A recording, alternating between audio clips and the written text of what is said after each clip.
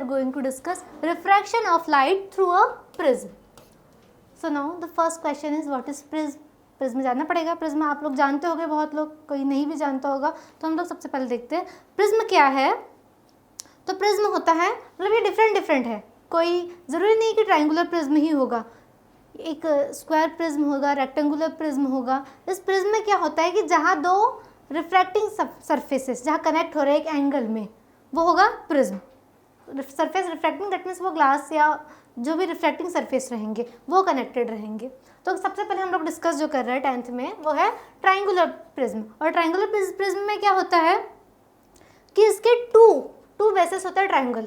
जैसे ये दिख रहा है आपको, ये एक फेस हो गया, एक बैक साइड वाला फेस, 2 ट्रायंगल फेस हो गए और 3 रेक्टेंगुलर बेसिस.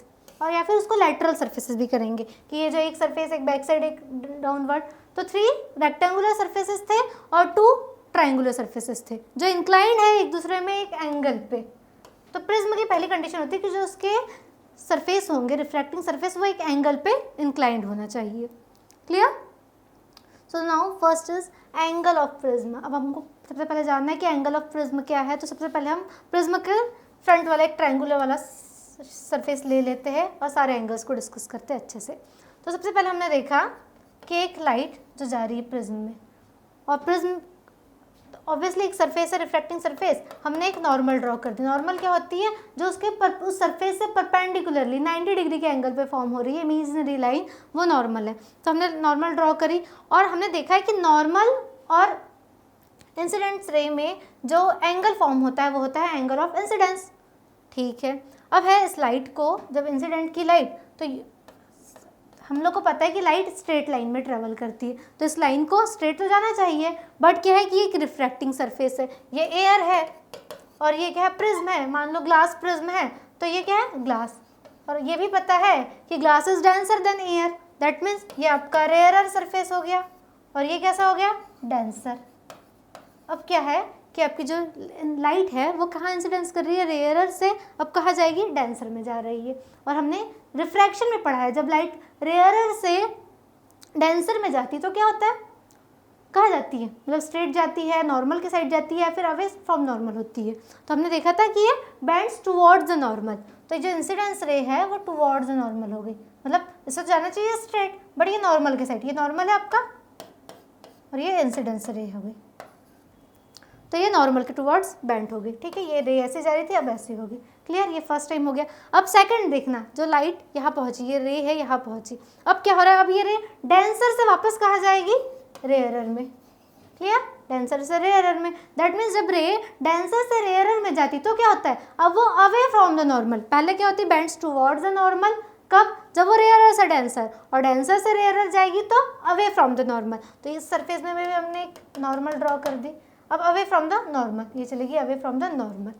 क्लियर? तो ये जो इंसिडेंस रे है और ये है रिफ्रैक्टेड रे. कैसी रे हो गई? रिफ्रैक्टेड रे. और जो आफ्टर रिफ्रैक्शन जो हम लोग को बाहर मिलेगी उस रे को हम कह रहे हैं इमर्जेंट रे. इमर्जेंट रे. तो हमने देखा जो एंगल इंसिडेंस रे और नॉर्मल का हो रहा है वो एंगल ऑफ इंसिडेंस. फिर है रिफ्रैक्टेड रे और नॉर्मल का, वो होगा एंगल ऑफ रिफ्रैक्शन. और जो रे हम लोग इमर्जेंट मिली है, फाइनली जो मिल रही है, उसके बीच और नॉर्मल में जो एंगल बन रहा है उसको हम बोल रहे हैं एंगल ऑफ इमर्जेंस, ई. ठीक है.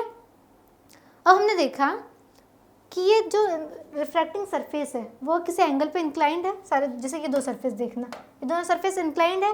तो जिस एंगल पे इंक्लाइंड होते हैं, जिस एंगल पे इंक्लाइंड होते हैं उस एंगल को कहा जाता है एंगल ऑफ प्रिज्म.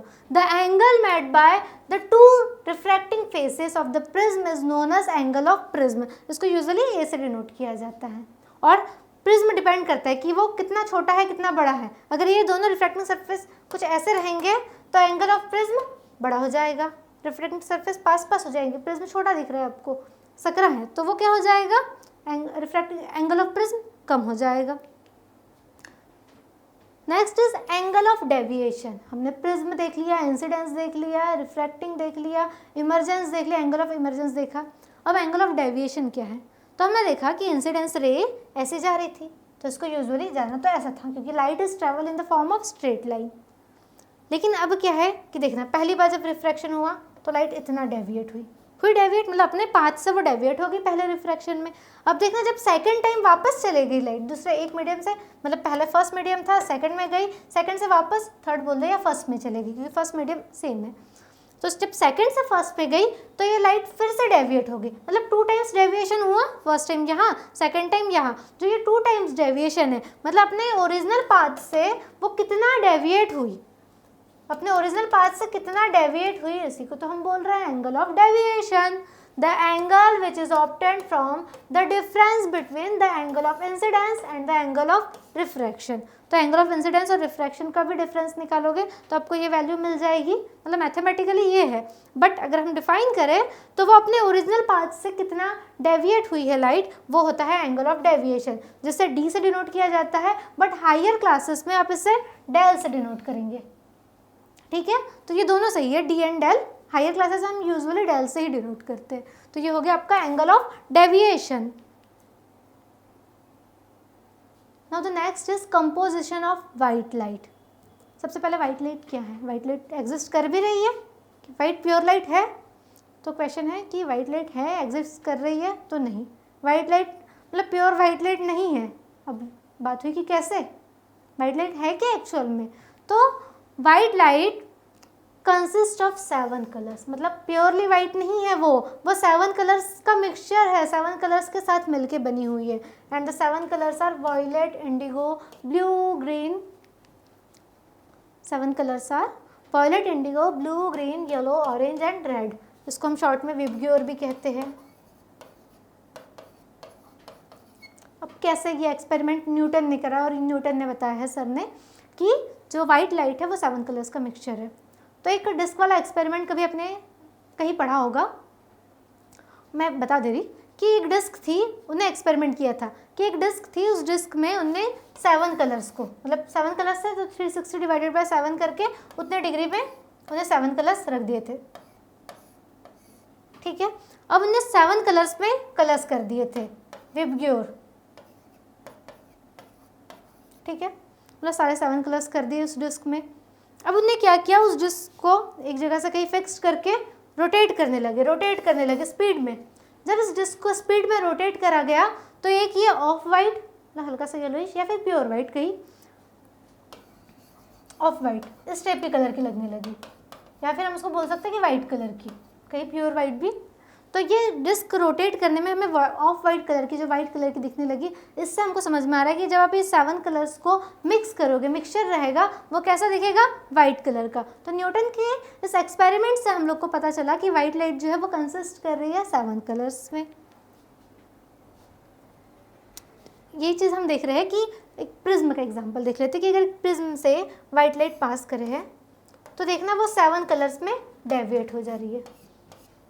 ये चीज़ें हम डिस्कस कर रहे हैं डिटेल में भी। Now the next is monochromatic light. Monochromatic light होती क्या है, the light consisting of single colour. Single colour जैसे वाइट लाइट तो नहीं होगी, क्योंकि वाइट लाइट हम लोग को तो पता चल गया 7 कलर्स का मिक्सचर है। तो जो लाइट सिंगल कलर होती है, किसी और दूसरे लाइट के सब्स्टिट्यूट से नहीं बन रही है, तो वो जो सिंगल कलर वाली या फिर सिंगल वेवलेंथ वाली जो लाइट है वो होगी आपकी मोनोक्रोमेटिक लाइट। उसका सबसे अच्छा एग्जांपल है सोडियम लाइट, जो एक येलो टेप के कलर से होती है, येलो टेप कलर की, वो सिंगल होती है, कोई मिक्सचर नहीं होता उसमें, तो वो है monochromatic light. And the next is polychromatic light. तो पॉलीक्रोमेटिक लाइट जो सिंगल नहीं है, जो मिक्सचर ऑफ कलर्स से मिलकर बनी हुई है, मिक्सचर ऑफ लाइट से मिलकर बनी हुई है, तो वो है polychromatic light. More than two colours, 2 और more than 2 colours.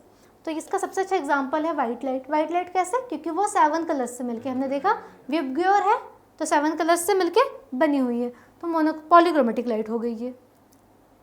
Next is dispersion of white light by a glass prism. हमने वाइट लाइट पढ़ लिया, मोनोक्रोमेटिक क्या है, पॉलीक्रोमेटिक क्या है, प्रिज्म भी डिस्कस कर लिया। अब हम देखेंगे कि इस प्रिज्म से, ग्लास प्रिज्म से वाइट लाइट का डिस्पर्सन कैसे हो रहा है।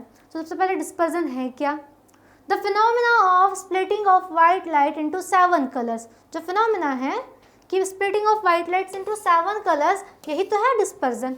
इसी को डिफाइन किया गया, इसको टर्म दिया गया है डिस्पर्जन। हमने डिस्कस कर लिया कि वाइट लाइट 7 कलर्स में सब्स्टिट्यूट हो जाती है, स्प्लिट हो जाती है। तो इस फिनोमेना को नाम दिया गया है डिस्पर्जन। और ये एक्सपेरिमेंट हम ग्लास प्रिज्म के थ्रू देख रहे हैं। अब ये तो नहीं है, आप एक्सपेरिमेंट करना कभी कि एक ग्लास प्रिज्म है, उसमें वाइट लाइट दी है। अब ऐसा नहीं कि वो एयर में आपको 7 स्पेक्ट्रम दिखाएगा, कोई स्क्रीन चाहिए, तो एक स्क्रीन साइड में प्लेस कर दी है, उस स्क्रीन में हम देखेंगे, ऑब्जर्व करेंगे, तो इस ऑब्जर्वेशन से हम लोग को समझ में आएगा कि जो वाइट लाइट है वो 7 कलर में स्प्लिट हुई है। The various colors seen are violet, indigo, blue, green, yellow, orange and red, जिसको हम शॉर्ट में क्या बोल रहे हैं, विबग्योर। ठीक है, विबग्योर किससे सब शॉर्ट में रिमेंबर किया जाता है। और जो 7 कलर का बैंड है, इस बैंड को नाम दिया गया है spectrum. The band of 7 colours is known as spectrum. ठीक है, तो हमने डिस्पर्जन में पढ़ा कि डिस्पर्जन क्या है, वाइट लाइट के स्प्लिटिंग का जो फिनोमेना है उसी को नेम दिया है हमने डिस्पर्जन। और जो बैंड मिल रहा है हम लोगों को विबग्योर, उसको नाम दिया है स्पेक्ट्रम। अब द क्वेश्चन इज कि वाइट ही क्यों बैंड या वायलेट क्यों बैंड हो रही है ज़्यादा, रेड क्यों कम बैंड हो रही है। तो ये क्या है, एंगल ऑफ इंसिडेंस के रिस्पेक्ट में वो करेंगे, बैंड हो रहे। और कैसे, तो एंगल ऑफ जो डेविएशन है, जितना डेविएट हो रहे हैं वो किस पे डिपेंड कर रहा है, inversely proportional to wavelength. That means अगर वेवलेंथ ज़्यादा है तो डेविएशन कम होगा, और वेवलेंथ कम है तो डेविएशन ज़्यादा होगा। तो रेड कलर लीस्ट डेविएट हो रहा है, क्यों सबसे लीस्ट डेविएट हो रहा है red colour, reason is largest या फिर लॉन्गेस्ट वेवलेंथ है, रेड की वेवलेंथ लॉन्गेस्ट होती है, इसलिए वो सबसे कम डेविएट होगा। और वायलेट की जस्ट अपोजिट है, वायलेट की क्या होगा कि इसकी सबसे स्मॉलेस्ट वेवलेंथ है, वेवलेंथ को जिसको हम लैम्डा से डिनोट करते हैं, सबसे कम वेवलेंथ है, और सबसे कम वेवलेंथ होगी दैट मीन सबसे ज़्यादा डेविएट होगा, क्योंकि angle of deviation is inversely proportional to 1 to wavelength. ठीक है, तो जितना ज़्यादा वेवलेंथ उतना कम डेविएशन रहेगा।